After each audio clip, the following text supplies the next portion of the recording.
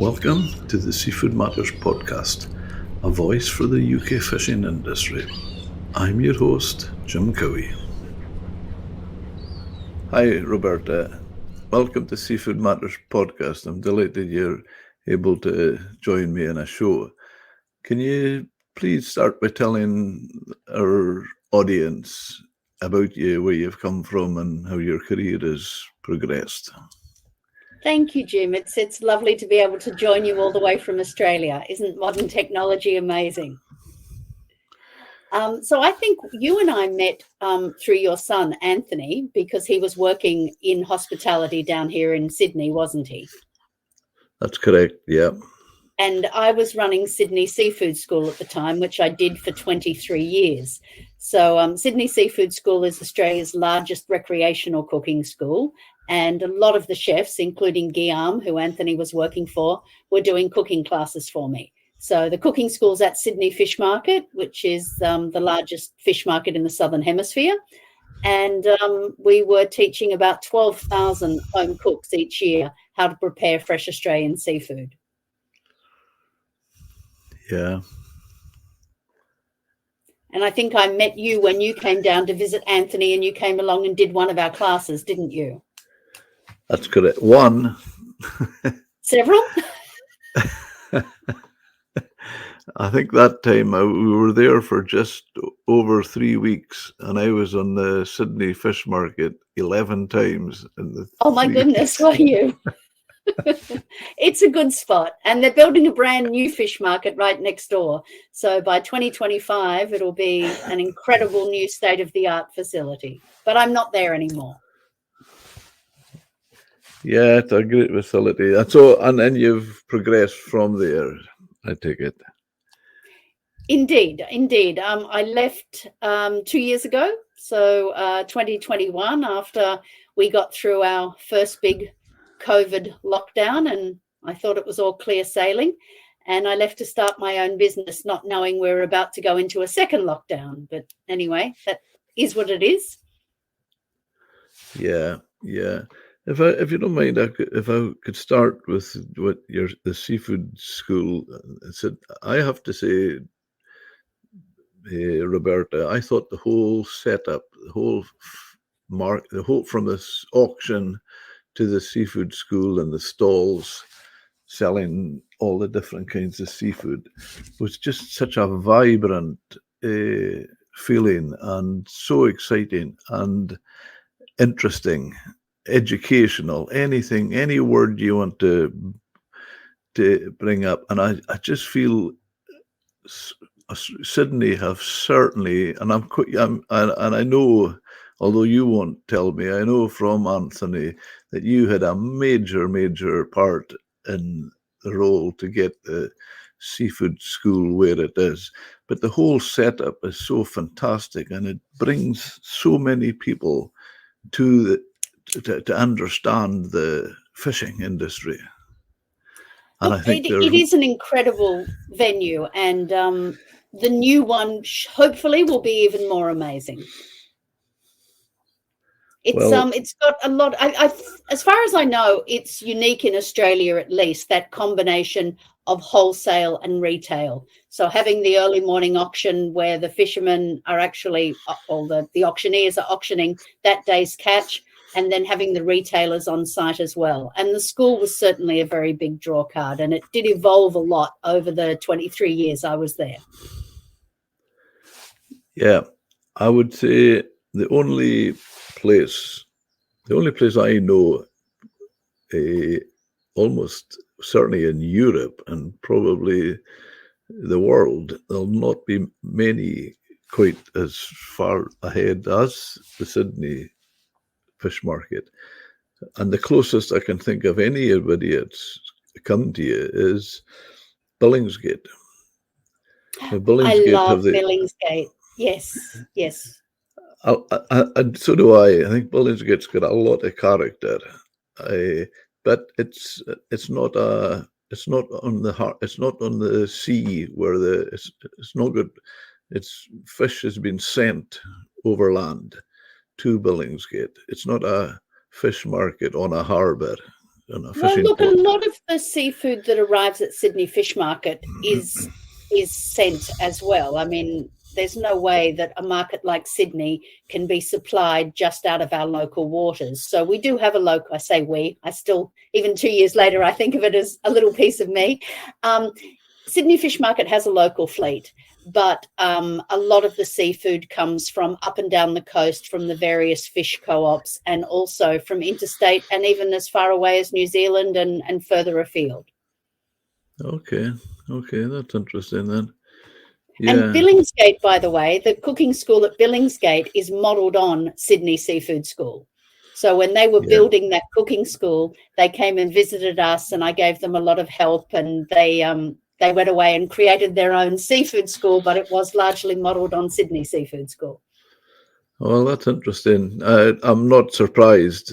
And the girl, I'm sure you know, CJ, who, I know CJ very well.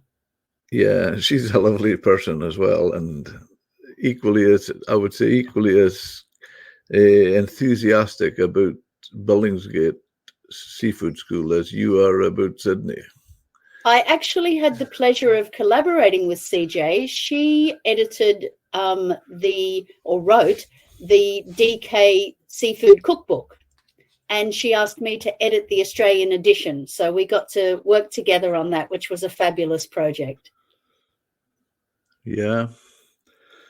Oh, and is that where's that published?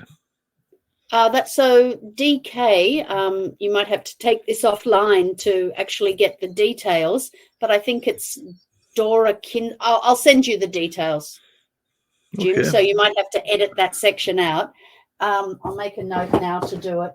I think DK is a British publisher, and it was a seafood cookbook that CJ wrote, and I edited the Australian edition, but I'll send you a link to the details.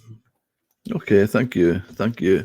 And it must have been, I mean, I used to see all the top chefs were everyone. They even, Tetsuya, Neil Perry, Matt Moran, they all taught there. I mean, that's it's credit to you for inspiring that guys to come along and do that. Look, the hospitality industry, and I really, for those 23 years and even now, am still part of that industry on the fringe. In Sydney, at least, in Australia, it's very much looking after each other. So I supported them and still do, and they supported me. I mean, we even had the likes of David Thompson and Chong Lu, internationally acclaimed chefs, doing classes with us. I'm not sure that's still the case, but it was certainly an amazing time. It must have been, because I mean, it must have taken a lot of talent and inspired a lot of people. I think I worked out during my 23 years there, we had over 240,000 people come through our doors. So, and I hear from some of them still, and I know they cook some of our recipes regularly. So the recipes became favorites and are on high rotation, as they say, in their households, which I guess there's no higher compliment they can pay me than to say that, because I wrote a lot of those recipes. Well, when you talk about that, Roberta, I've even said it to Franz, your husband, and he agreed with me. We were talking about recipe books, and he reckons, well, I reckon, it's me that said it, I think that Sydney Seafood's cookbook is one of the best ever written. Oh, thank you. That means a lot to me, because that was a collaboration with so many dear friends that are chefs. I think we have over 45 Aussie chefs in that cookbook, and a couple of whom are no longer with us anymore. So it's a real snapshot in time. And every one of those recipes was taught at the seafood school at some time or other. Is that right? Yeah, I thought it was a terrific book, a really fantastic book.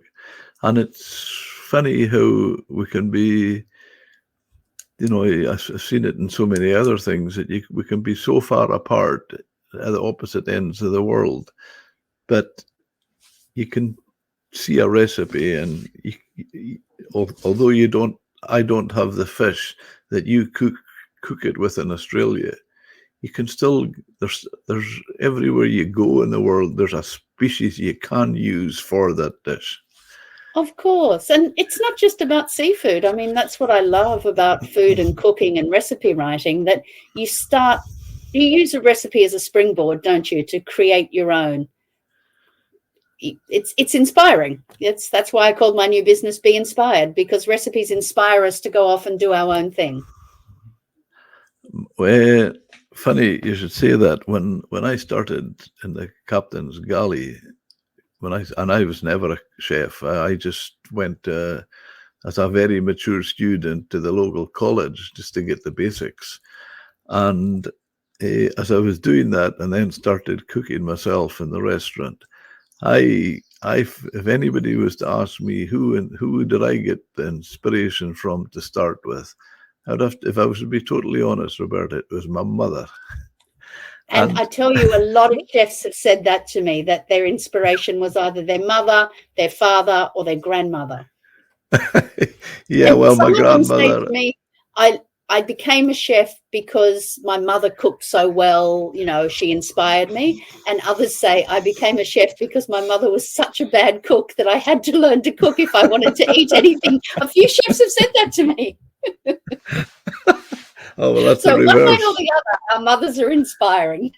I'm sure yours was a very good cook, Jim. Well, she was, and it was all real wholesome, good food, and she was still with us when we opened it, in the early days when we opened, and I would phone her and say, "Mum, I've got this certain species of cod or something like that. Remember that dish you used to make? What's the recipe?" She never ever had a recipe. It was just spontaneous. It was just, and she would say, "Oh, I say, you must have what ingredients?" And she would just say, "I put a handful of this and a." That's how people cook. It was just on the cuff, as she was going. There was no following recipe. Look, I think that's one of the reasons I started writing cookbooks, because that's actually how chefs cook too. Many of the chefs that I've worked with don't have written recipes. Sometimes they do in their kitchens for their apprentices and their staff to follow. But most people who cook by instinct and feel, and a handful of this, a pinch of that, cook it till it's ready, smell it, look at it, hear it, taste it. Yeah, indeed. To be disciplined with a big kitchen, it's better with something down on paper for chefs to follow. Well, for staff to follow, definitely. The one thing I felt would be quite important with me anyway would be I wanted to do it like that and have it on paper, because it didn't matter. Consistency was more important to me. And it didn't matter who was in the kitchen. The food was consistent. Look, I think consistency is key in good restaurants, but I also know that chefs tweak recipes constantly. Most of the chefs I know, their recipes are ever evolving. Yeah. Well, that's a good thing as well, because it's got to. And that's what pulls good chefs away from the average. And I guess also ingredients change. They change seasonally. One lemon is not as sour as another lemon. One head of garlic at a certain time of year, garlic might be more pungent than other times of year. So even once your recipe is written down, you do have to learn to smell, to taste, to work with the ingredients you've got, don't you? Totally. Yeah. I think with seafood, it probably, and you can tell me more about this, oil content. At certain times of year, even oily fish will be more oily or less oily than other times of year, or perhaps depending on where they're caught. Would that not be the case? Oh, 100%. You take when you talk about oily fish in this area, we would be talking about herring and mackerel mostly. And that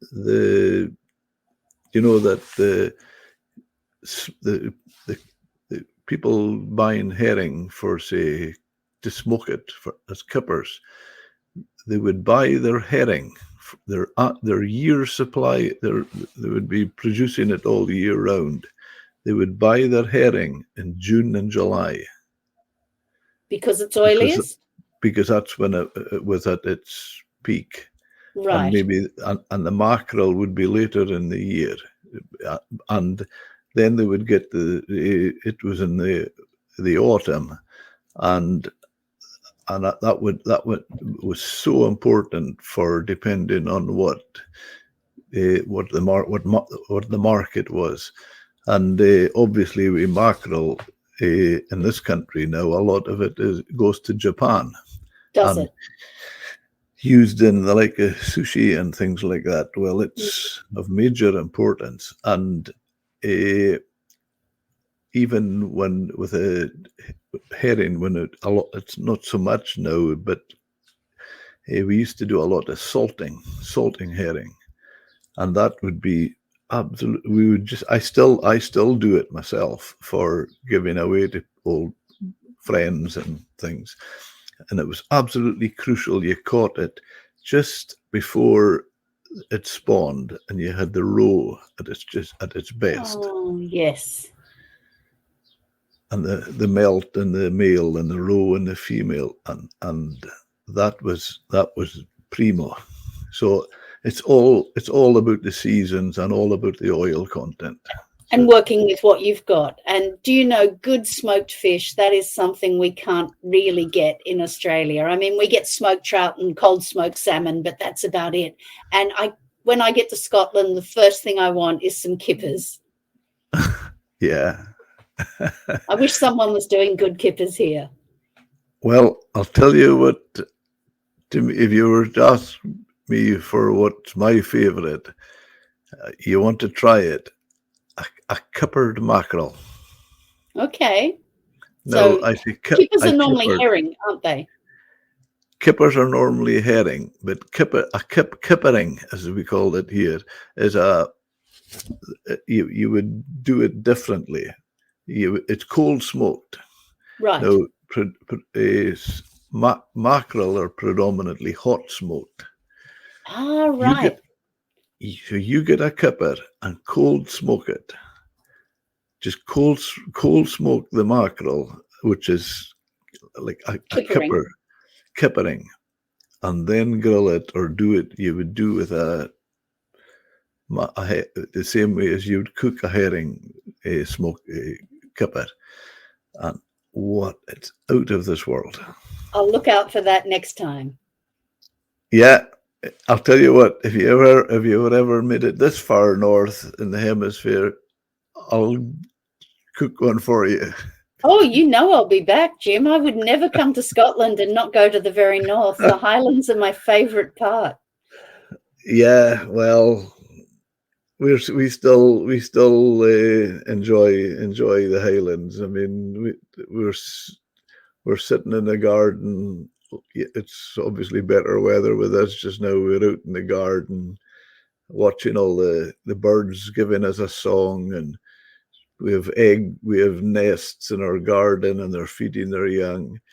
The sun setting, and the scenery, it's just lovely, brilliant. I'm hoping to bring a food and wine tour to Scotland in 2025, actually. I'm just sorry that you don't have the Captain's Galley anymore.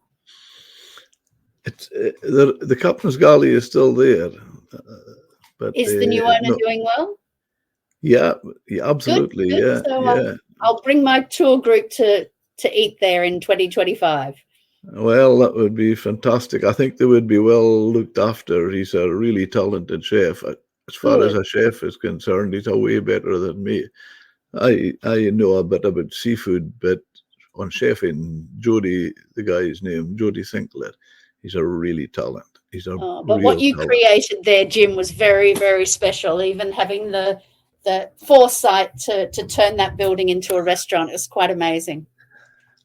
Yeah. It's like I'm not going to start being silly and beating myself, but yes, I think. But it's everybody's got their time, and I Sure. think No, it's like me leaving the seafood school. You do what you do, yeah, and then you get out of the way and let someone else do their thing. absolutely, yeah. I think I often say to people, I think it reached the stage where we needed a way, and the captain's galley needed us a way. Yep.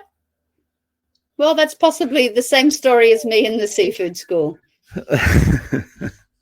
Yeah, but you must take a lot of pride in what you're talking about. What I created, well, what you created. Where was it when you started? Oh, it's a long, long time ago. Look, it certainly didn't have the profile that it had when I left. And I think, bringing in all of the top chefs was very exciting for me because I love those guys and being able to collaborate with them, put them in front of the audience. Some of them were very experienced presenters, but some of them were just starting out and I was with them on that journey. And that was pretty exciting. And also in 2009, the school turned 20 years old. I can't remember when you saw it, but we closed for 3 months in 2009 and basically gutted it and rebuilt it.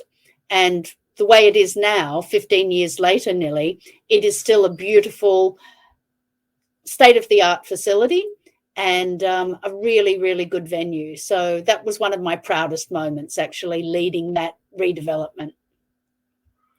Absolutely, yeah. That's so. How long ago was that? So that was 2009, nearly 15 years ago. So I can't remember if you saw it before the renovation or after, but it always had good bones, but what we did with it in 2009 made it very, very special. We got media accolades for that from all over the world because we had a really, really good designer work on it. And I brought him on board to design the new seafood school at the new fish market, which will open in 2025. Oh, right, okay. I think I've seen both from memory Good. because when I came out, it was quite different when we were there last year, just after we Right. sold the restaurant and we were there.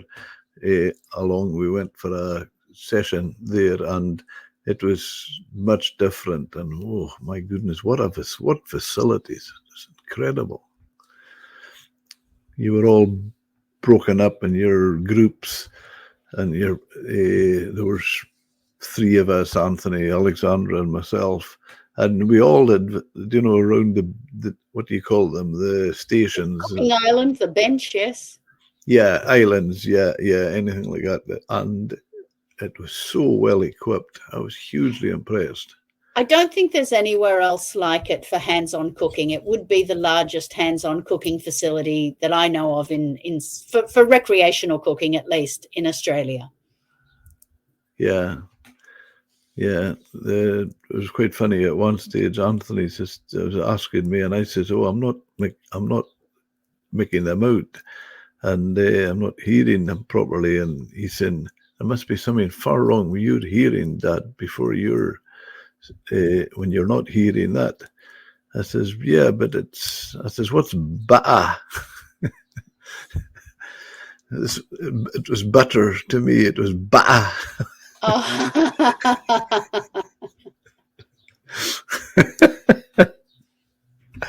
But anyway, I sorted it out. It was a compromise. I got hearing aids when I come home as well.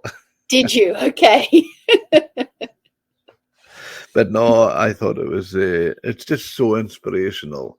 And I just feel it brings the public to it's such a great way of getting I could see by looking at it, I just feel how much the fishing industry in this country would benefit if they had something like a facility like that to Well, you take. find me the space and I'll pop on over and organise it, Jim.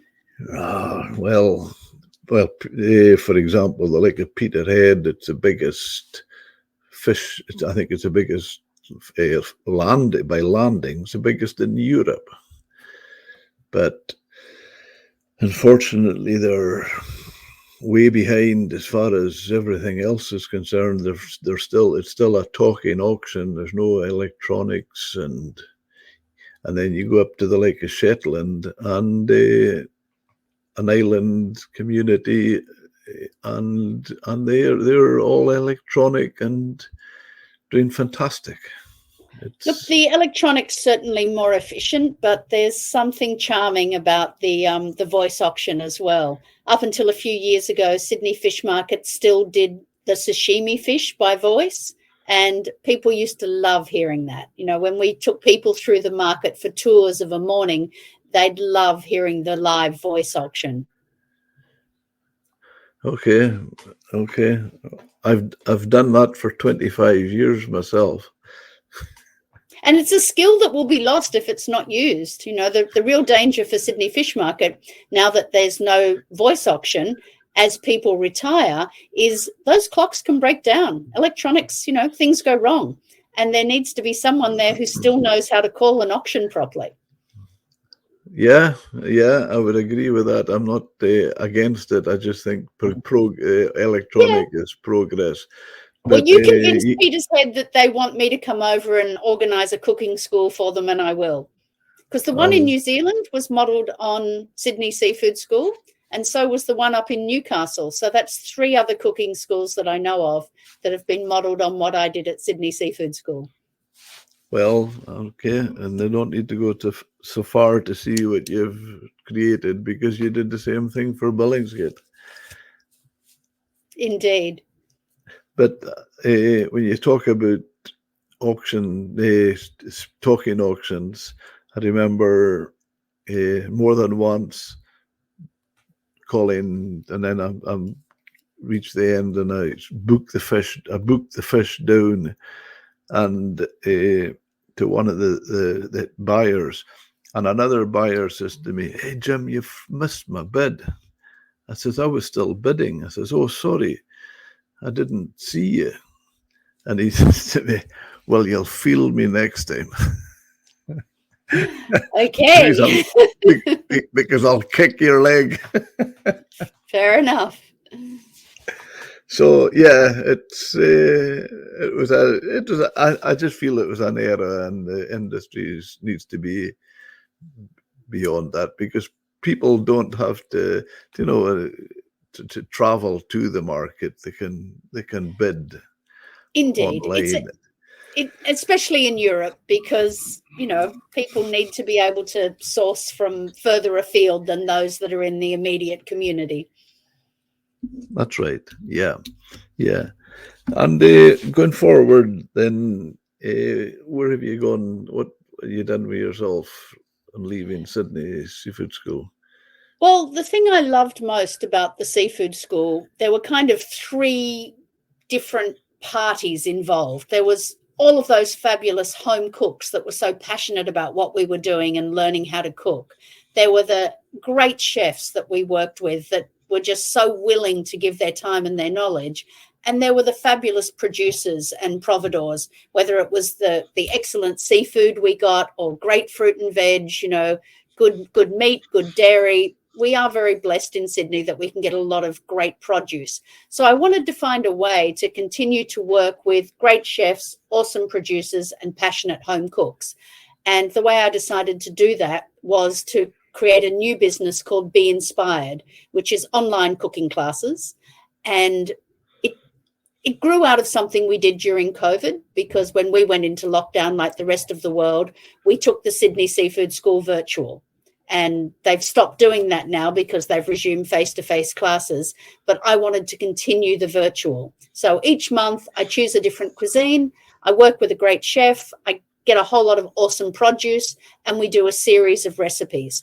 and people can either get the ingredients along with those recipes and videos, or they can just get the recipes and videos. So I have people cooking all over the world and all over the country with me through the recipes and videos each month. That's brilliant. It's a lot of fun, and it's become a very engaged online community too. So we have a private Facebook group, and I know not everyone loves Facebook, but it's good for these sorts of things. And regardless of where you are in the world, you can cook, you can access me for questions by email, even by phone, and everyone comes together through the Facebook group to show off what they're cooking, to ask questions, to share ideas. And it's become a very supportive and engaged community, which is very exciting. Is it very tiring for you? It's a big commitment. It's my own business. Like the Captain's Galley was a big commitment for you, but I'm a bit like you, Jim. When I do something, I do it 110%. So it's a huge commitment. I've never done anything this big before because everything I've got's on the line. It's my own business. I've funded it. It's a startup. My husband, France, is supporting me. He's a great videographer and photographer. And it's 7 days a week. I've had very few days off in the last 24 months. We create a beautiful full-color e-magazine every month around the theme. We create 12 to 15 cooking videos, which are on YouTube. Some of them are freely available. Most of them are available with the e-magazine. And but I don't find it tiring because it invigorates me. It's so exciting seeing people cooking things they've never cooked before, trying new ingredients, trying new cooking techniques, exploring new cuisines. It's a journey, and it's very exciting. Yeah, sorry, what I meant by that, Roberta, is if it's all over the world and you're in Australia, there would be at all times of the 24 hours. Oh, well, it's not live. With the different time changes. Oh, I see. I thought they had access to you. Well, they do. They can email me, and if I'm asleep, I won't answer that email until I wake up. And they can call me, but if I'm asleep, I'll have my phone on silent. So sorry, but I do get back to people within 24 hours. So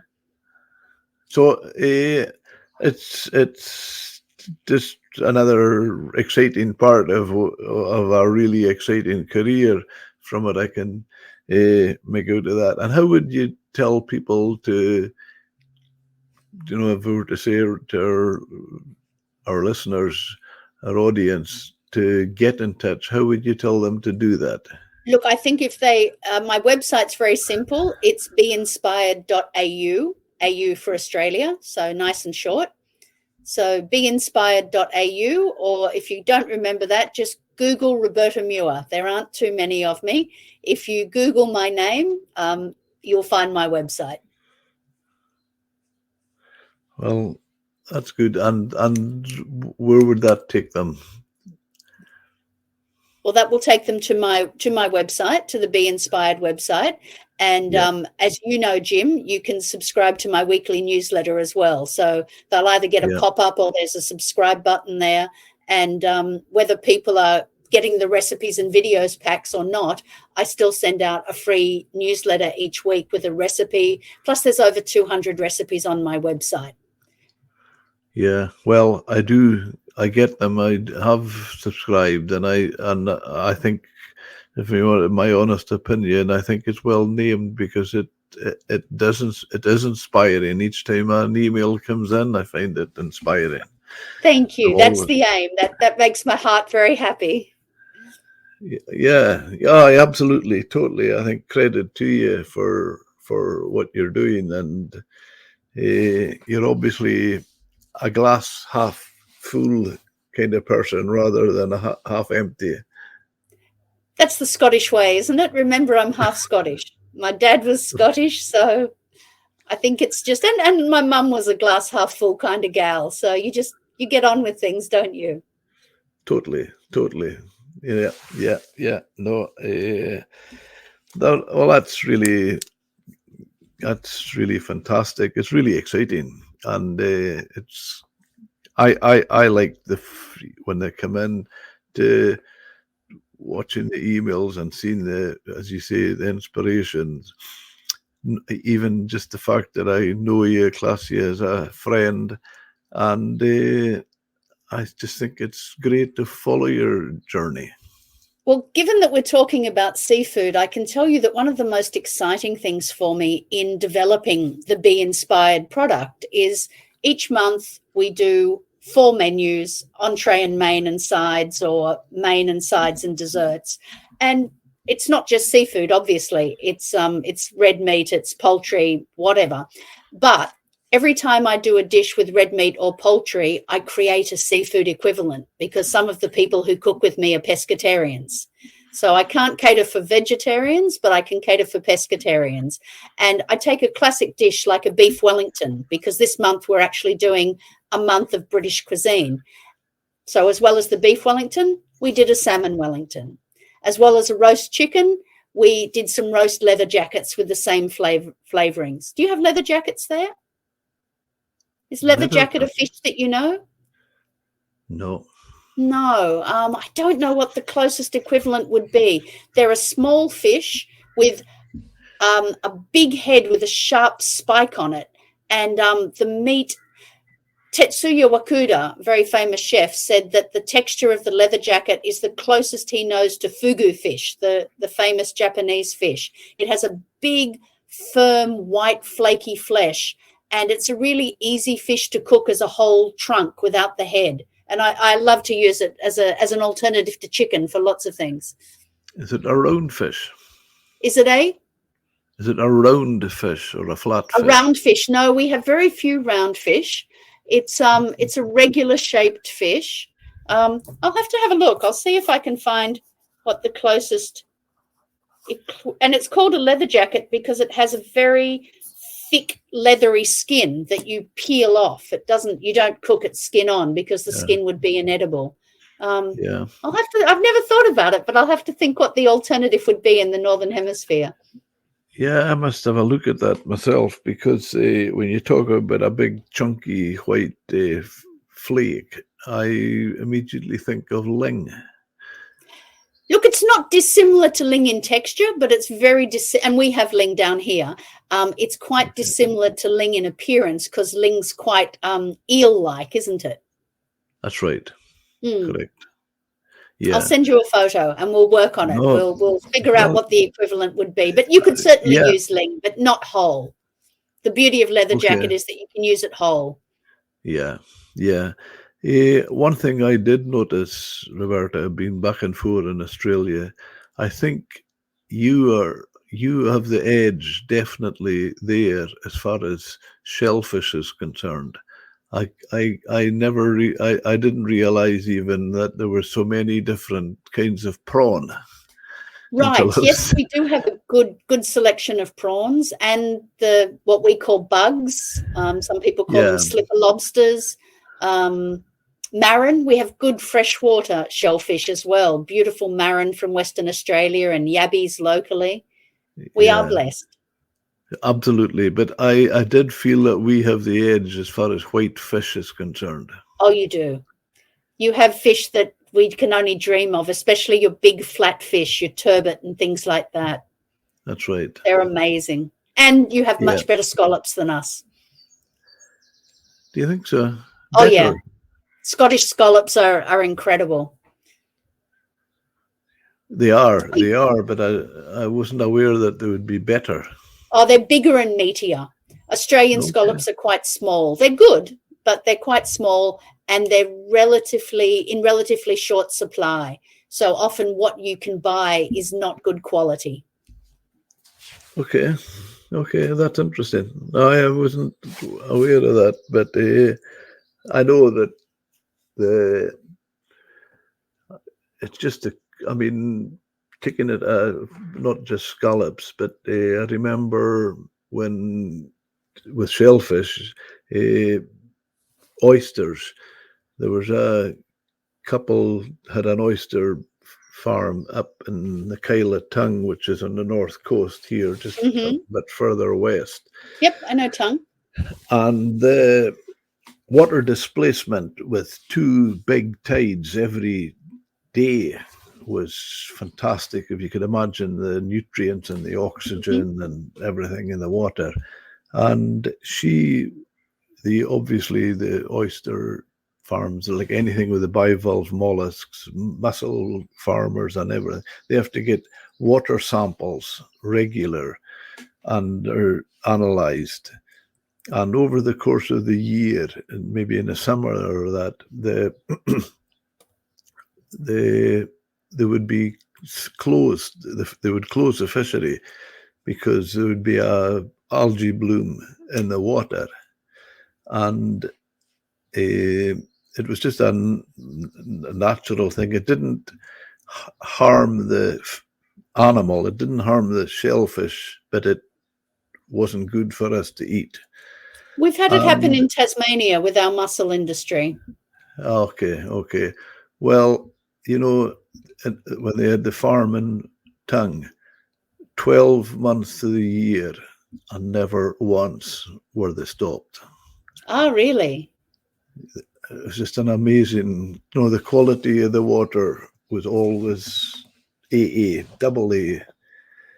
And that was quite unique, even around our waters. Well, maybe we'll visit them in 2025 on the Food and Wine Tour. I'll have to start to pick your brains about seafood producers that we can visit. Well, there's as well as that, Roberta, bear in mind there's a seaweed producer here now. That would be wonderful too. And there's a fantastic product out.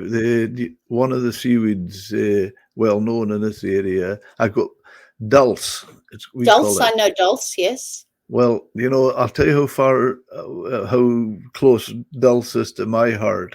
I remember when we were children, my father used to dry it on the fire at the sitting room, so you can imagine the smell in the sitting room. But when I cook it, I was using the Shore, the company called themselves, and they're drying it. And it's a really good product. And I was doing one of our sole dishes in the restaurant with a dulse butter sauce. Oh, that sounds wonderful. And as it was just taking me back to my childhood when I was getting the smell coming up.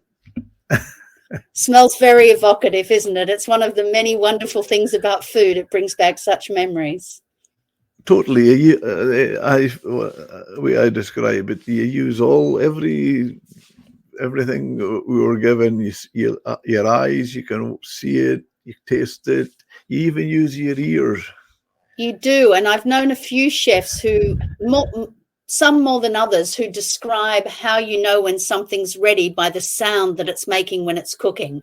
And I think that's a really underrated sense. When we're cooking, listening to the food is as important as tasting it, smelling it, and seeing it. Yeah. Great saying. I've met Rick Steen, and he was doing one of his books around the British Isles, and he was standing on Scrabster Market, and when his description of cooking, I thought it was lovely. He says, Jim, he says, importance is not the important thing is not what you do with them when you're cooking that fish, it's what you don't do. That's a very good point, isn't it? And I think that's true with a lot of cooking. Less is often more. Yeah, absolutely, totally. And another term somebody used once, when your fish is in the pan on the cooker, once you start asking yourself, I wonder if it's ready, get it off because it's overcooked. Do you know, the thing I was asked most often all the years at the seafood school, media, journalists would say to me, what's the biggest mistake people make when they're cooking seafood? And I would say overcooking it. You have to be brave enough to get it out of the pan. It's like cooking pasta. You always have to take the pasta out of the pan just before it's ready, because it's going to continue to cook in the residual heat, isn't it? Absolutely, totally. Yeah, that's the thing. I think that's one of the intriguing things I learned myself as I was getting involved in the restaurant. It's carrying on cooking when it's on the plate. Absolutely. Yeah, Roberta, to fold things up, I've a couple of questions that I ask each guest. I would like to get your answers. Certainly. 2, best meal you've ever had that you remember? Can I name 2? And Yeah. you'll see why in a minute. My best dining experience ever was at Paul Bocuse in Lyon, and it was just so memorable. The man himself was still alive. I don't know if he was in the restaurant at the time, but the reason I want to name 2 is because a very, very close second is relatively close to you, and it's Inisea restaurant in Wales. And if a lot of your listeners are in Britain, they really, really need to visit Inisea in Wales. Ynyshir. Ynyshir.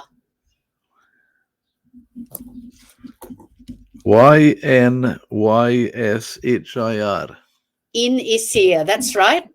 And Gareth Ward is the cook. I think he's English, but living in Wales. I think it's starting to get quite a bit of recognition now. I think he's probably got 1 or 2 Michelin. But when France and I went there maybe 5-6 years ago, it was less on the map, and we were just blown away. It was the second most amazing dining experience of my life after Paul Bocuse, and it's in your own backyard. Yes, that's something for me to go. And the other question I ask each person now, not restaurant, you're in your own kitchen. What's your favorite dish? Pasta fagioli. Italian pasta and beans. If I'm being lazy and if France is away and I just have to feed myself for a week, I make a big pot of pasta fagioli and I live off that. Sounds like comfort food. It is pure comfort food. Those Italians, they know comfort food. Yeah, fagioli. Beans. Any beans. Yeah. I use a mixture actually of ballotti and cannellini, and I think some people say it's a Venetian dish, but I think it's one of those dishes that's made all over Italy with its own little regional variations. Okay, yeah. Well, you've certainly gone around the globe as far as or know food from around the globe from your Be Inspired. Well, yes, that's my thing. Food takes us traveling vicariously, and it certainly did in the last few years when we couldn't travel quite as much. I think the loveliest thing about Italian cooking is its simplicity. Yes, I agree. But lots of cuisines have that. If we go back, not so much in Asia, but in Europe, if we go back to the rustic foods, they often were simple foods. And look, I think in Asia also, I don't understand Asian food as well as I do European food, but I think simplicity is where we should be heading. It's like Rick said about the seafood. It's not what you do to it, it's what you don't do to it.